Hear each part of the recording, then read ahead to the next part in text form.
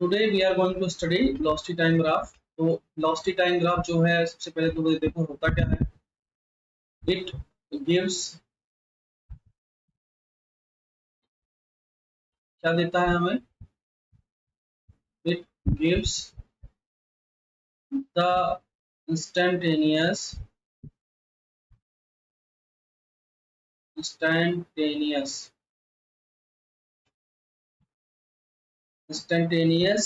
value of velocity at any instant। तो किसी भी एक पर्टिकुलर इंस्टेंट पे ये वेलोसिटी की वैल्यू देता है, ठीक है। दूसरा इसमें इंपॉर्टेंट चीज है area under VT graph gives value of displacement.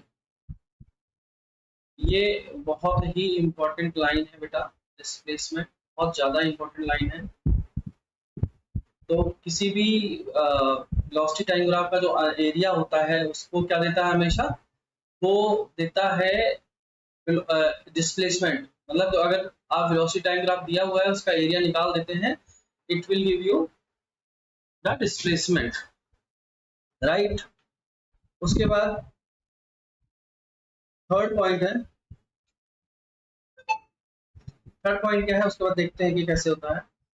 जैसे मैं कहता कि ये एक वेलोसिटी टाइम ग्राफ में बना रहा हूँ, ये हो गया आपका वेलोसिटी, ये हो गया आपका टाइम, और आपने ये वाला ग्राफ बना दिया, ये वाला जो ये ग्राफ है, मतलब ये आपका वेलोसिटी जो है यहाँ पे अगर मान लो 2 है तो ये हमेशा कांस्टेंट है, तो इसको बोलेंगे यूनिफॉर्म मोशन। क्या बोलेंगे? Uniform motion. That means this body is not changing its velocity. ये एक यूनिफॉर्म मोशन में है, ये एक यूनिफॉर्म मोशन में है, ठीक है ना। सेम अगर मैं ऐसे करता हूं कि यहाँ पे ग्राफ में क्रिएट करता हूँ, this is also velocity time graph, और आपका जो बॉडी है वो ऐसे जा रहा है। अगर वो ऐसे जा रहा है तो यानी कि जैसे जैसे हमारा टाइम बढ़ता जा रहा है वैसे वैसे वेलोसिटी भी बढ़ती जा रही है। जैसे जैसे हम टाइम इधर की तरफ जा रहे हैं वैसे वेलोसिटी इधर की तरफ जा रही है। तो यानी ये है uniform accelerated motion, uniform accelerated motion. तो this is a uniform accelerated motion है, ठीक है। और अगर आपका ग्राफ कुछ इस तरीके से बन जाए, मैं अगला ग्राफ ड्रॉ करके दिखाता हूँ आपका ग्राफ कुछ ऐसे बन जाता है। Now this is your graph.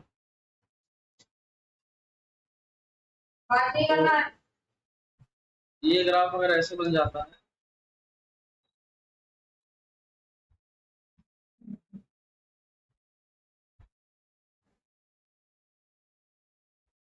अगर ये ग्राफ, ये वेलोसिटी है और ये टाइम है, और ये ग्राफ ऐसे नीचे की तरफ जाता है, मतलब जैसे जैसे तुम टाइम बढ़ा रहे हो वैसे वैसे आपकी वेलोसिटी कम होती जा रही है। दैट मीन्स कि यहाँ पे वेलोसिटी कम होने का मतलब यहाँ पे एक्सेलरेशन नहीं, डी एक्सेलरेशन हो रहा होगा। तो इसको बोलते हैं यूनिफॉर्मली डी एक्सेलरेटेड मोशन। इसको बोलेंगे यूनिफॉर्मली डी एक्सेलरेटेड मोशन। हमें 3 चीजें पता, इसी को हम लोग रिटार्डेशन भी बोलते हैं। You have to know that this is also known as retardation. इसको रिटार्डेशन भी कहा जाता है। तो हमें क्या क्या चीजें पता चल गई हैं। हमें ये पता चल गया कि वेलोसिटी टाइम ग्राफ जो है क्या बोलता है, कि वेलोसिटी टाइम ग्राफ बोलता है कि ये वेलोसिटी देता है किसी भी इंस्टेंट पे। दूसरा, area under velocity time graph gives displacement, ये चीज पता चल गया। और इसका जो टेंजेंट होता है या स्लोप होता है, इसका स्लोप हमें क्या देता है, स्लोप मतलब dv/dt। ये स्लोप हमेशा हमको देता है एक्सेलरेशन, स्लोप हमें देता है एक्सेलरेशन।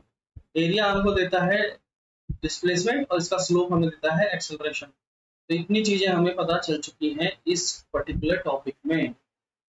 अब हम लोग एक्सेलरेशन टाइम ग्राफ देखेंगे। अगला टॉपिक जो हमारा है वो एक्सेलरेशन टाइम ग्राफ का। एक्सेलरेशन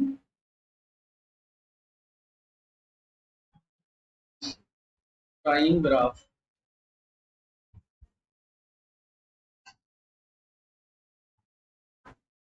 एक्सेलरेशन टाइम ग्राफ जो टॉपिक है, इसमें सबसे पहले समझो कि ए क्या होता है, dv बाई dt होता है। ठीक है, एक्सेलरेशन dv बाई dt के बराबर होता है, ये आपको पता होना चाहिए चीज। यानी कि slope of acceleration time graph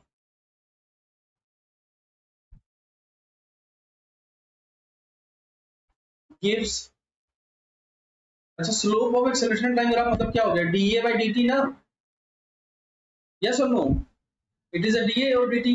ये क्या देता है, ये जर्क देता है बेटा, जर्क। ये किसको रिप्रेजेंट करता है, जर्क को रिप्रेजेंट करता है। तो ये dA बाई dt हो गया। और area of acceleration time graph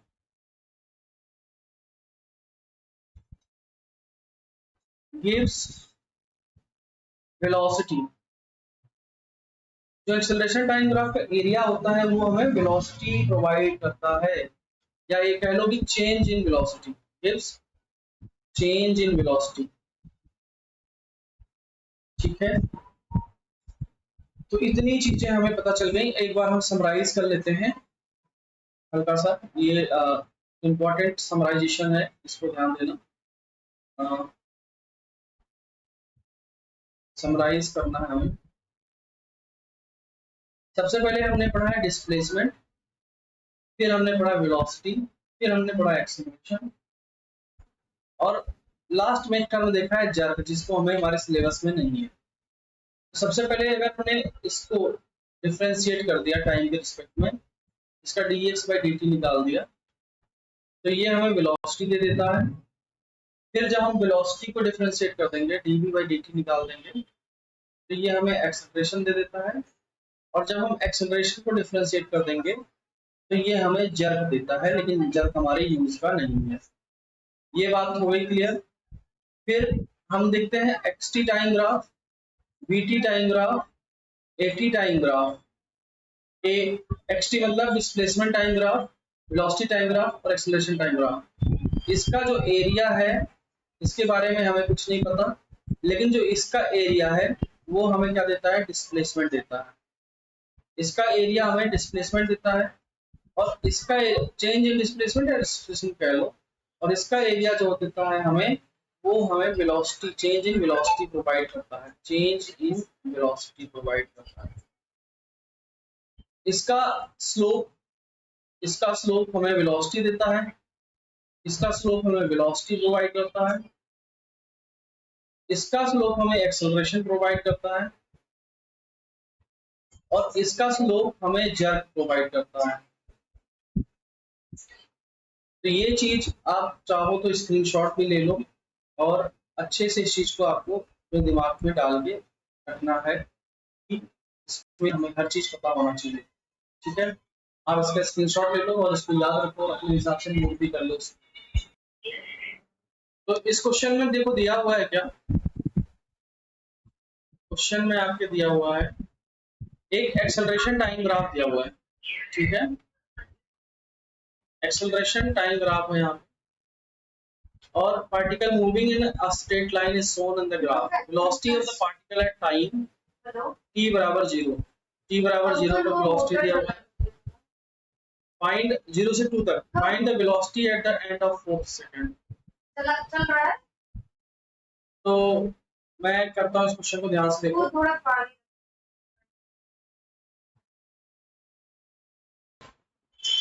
तो इसमें देखो ये हमारी यहाँ पे हो जाएगी इनिशियल वेलोसिटी, और यहाँ पे हो जाएगी फाइनल वेलोसिटी। और आपको बताया मैंने कि अगर एक्सेलरेशन टाइम ग्राफ दिया हुआ है, एक्सेलरेशन टाइम ग्राफ अगर दिया हुआ है, तो जो इसका एरिया होता है वही तो होता है चेंज इन वेलोसिटी के बराबर। अभी थोड़ी देर पहले हमने किया था, चेंज इन वेलोसिटी बराबर हो जाएगा। So what can we do here, ये हमारा v final minus v initial, v final minus v initial area under curve आ जाएगा। एरिया अंडर कर्व, मतलब कर्व के जितना अंदर एरिया है वो आ जाएगा। सो हमें कौन सा एरिया निकालना है? हमें तो ये वाला एरिया निकालना जी, ये वाला एरिया हमको निकालना है, ये वाला। यस और नो? यही वाला एरिया हमको फाइंड आउट करना। और ये एरिया कैसे निकलेगा? Half half into base into height के बराबर होता है, बोलो हाँ है ना? जो ये वाला एरिया होता है ये होता है half into base into height. और बेस कितना है? बेस यहाँ से यहाँ तक 0 से ये हो जाएगा, और हाइट कितना है? ये भी 4 हो जाएगा। तो half into 4 into 4 and cancel हुआ 2 हो जाएगा। अच्छा, इनिशियल वेलोसिटी कितनी दे रखी है क्वेश्चन में? इनिशियल वेलोसिटी कितनी दे रखी है क्वेश्चन में? कहाँ पे दे रखी है?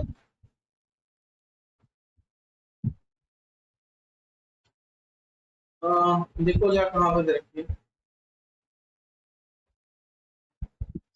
हाँ ये, या टी बराबर 0 पे 2 मीटर पर सेकंड दे रखा है यहाँ पे, ठीक है ना?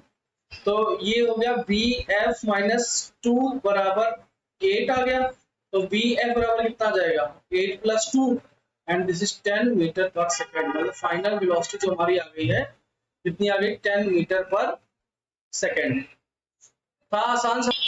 देखो देखो ये क्वेश्चन है आपके सामने, इसमें हमें कुछ नहीं करना है, बस ये मान के चलो जो मैं बोल रहा हूँ वो करना है, जो भी कुछ लिखा है उसको भूल जाओ।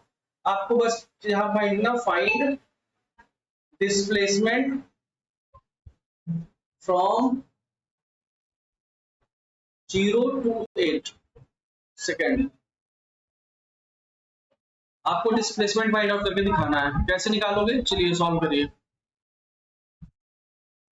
ये क्वेश्चन मैं कराता हूँ आपको सॉल्व। Let's see. कुछ करना नहीं है यार, एरिया अंडर कर्व निकालना है। तो दो तीन चीजें आपको जानने की जरूरत है। सबसे पहले तो ध्यान से सुनो, अगर मतलब कोई ऐसा ट्रेपेजियम टाइप का कुछ दिया हुआ तो उसका एरिया आपको आना चाहिए। अगर ट्रेपेजियम ऐसे है, ऐसे इसको ट्रेपेजियम बोलते हैं। दोनों पैरेलल साइड्स का सम, ये ए है ये बी है, और इनके बीच की जो ये डिस्टेंस है इसको मल्टीप्लाई कर दो, तो ए प्लस बी इंटू जो ये डिस्टेंस है दोनों के बीच में एच, और अपॉन इंटू हाफ, ये होता है ट्रेपेजियम का एरिया, ठीक है ना? तो मैं पहले तो ग्राफ ड्रॉ करता हूँ। इसका ग्राफ है आपका ऐसे।